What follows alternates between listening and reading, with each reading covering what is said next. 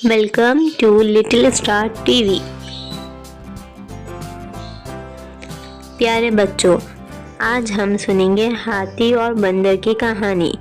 ایک گھنے جنگل میں ایک بندر اور ایک ہاتھی رہتے تھے۔ ہاتھی بڑا ہی شکتیشالی تھا۔ وہ بڑے بڑے پیڑوں کو ایک ہی جھٹکے میں نکال دیتا تھا۔ بندر کافی دبلا پتلا، لیکن وہ بڑا ہی پھرتیلا اور تیز تھا۔ دن بھر بندر جنگل کے پیڑوں پر اچھل کود کرتا رہتا تھا۔ بندر اور ہاتھی کے اپنے گنوں پر بڑا ہی گھمنڈ تھا۔ دونوں ایک ہی دوسرے سے خود کو زیادہ ہی مانتے تھے۔ اس وجہ سے دونوں میں ہمیشہ بحث ہوتی رہتی تھی۔ اسی جنگل میں ایک الو بھی رہتا تھا، جو اکثر بندر اور ہاتھی کی حرکتیں دیکھتا تھا۔ وہ ان دونوں کی لڑائی اور جھگڑے سے بہت پریشان ہو گیا تھا۔ ایک دن اس الو نے ان دونوں سے کہا، تم دونوں جس طرح اسے کوئی فیصلہ نہیں ہونے والا، تم دونوں ایک گیم کے ذریعے آسانی سے یہ فیصلہ کر سکتے ہو کہ تم دونوں میں سے سب سے زیادہ شکتیشالی کون ہے۔ بندر اور ہاتھی کو یہ بات بہت اچھی لگی۔ دونوں نے پھر ایک ساتھ پوچھا، ہمیں اس گیم میں کیا کرنا ہوگا؟ الو بولا، اس جنگل کو پار کرنے پر دوسرا جنگل آتا ہے، جہاں پر کافی پرانا پیڑ ہے، جس پر سونے کے پھل لگتے ہیں۔ تم دونوں میں سے اس سونے کے پھل کو جو پہلے لائے گا اسے ہی گیم میں وجیتا مانا جائے گا، اور اصل معنوں میں سب سے شکتیشالی وہی کہلائے گا۔ الو کی بات سنتے ہی بندر اور ہاتھی بنا کچھ سوچے سمجھے جنگل کی طرف نکل گئے۔ بندر اپنی پھرتی دکھانا شروع کر دی۔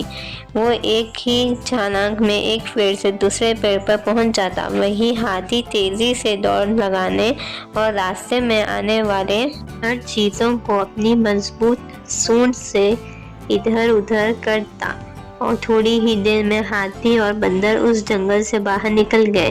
اس جنگل سے دوسری جنگل کے بیچ کے راستے میں ایک ندی بہتی تھی۔ اسے پار کرنے کے بعد انہیں دوسرے جنگل میں پہنچ جاتے تو بندر نے پھر سے اپنی پھرتی دکھائی اور جھٹ سے اس ندی میں کود گیا، لیکن پانی کی لہر کافی تیز تھی، جو بندر ندی میں بہنے لگا۔ بندر کو ندی میں بہتا دیکھ کر ہاتھی نے ترنت اپنی سونڈ سے پکڑ کر پانی سے باہر نکال لیا۔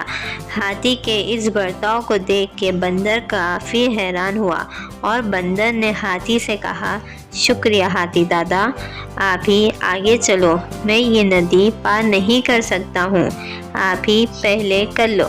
بندر کی اس بات کو سن کر ہاتھی نے کہا، میں ندی پار کر سکتا ہوں، تم بھی میری پیٹھ پہ بیٹھ کے پار کر لو۔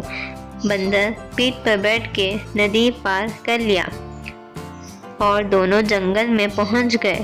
پھر دونوں نے مل کر سونے کے لگے پھل والے پیڑ کو ڈھونڈ نکالا۔ سب سے پہلے ہاتھی نے اپنی سونڈ سے اس پیڑ کو گرانا چاہا، لیکن وہ پیڑ کافی مضبوط تھا۔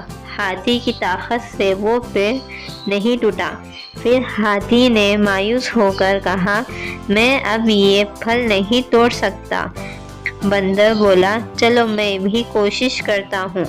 بندر جلدی سے اس پیڑ پر چڑھ کر اس ڈالی پر پہنچ گیا جہاں پر وہ پھل لگا ہوا تھا۔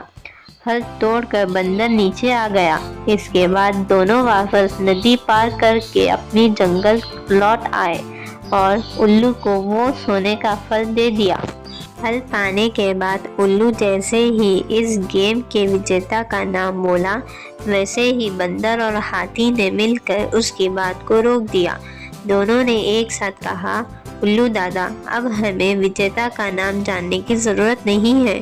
اس گیم کو ہم دونوں نے مل کر پورا کیا ہے۔ ہمیں یہ سمجھ میں آ گیا ہے کہ ہر کسی کا گن اپنے آپ میں الگ اور خاص ہوتا ہے۔ بندر بولا، ہم نے پھر یہ فیصلہ کیا ہے کہ آگے سے ہم کبھی بھی اس بات پر بحث نہیں کریں گے کہ کون زیادہ شکتیشالی ہے، اور ہم دونوں دوست بن کے جنگل میں رہیں گے۔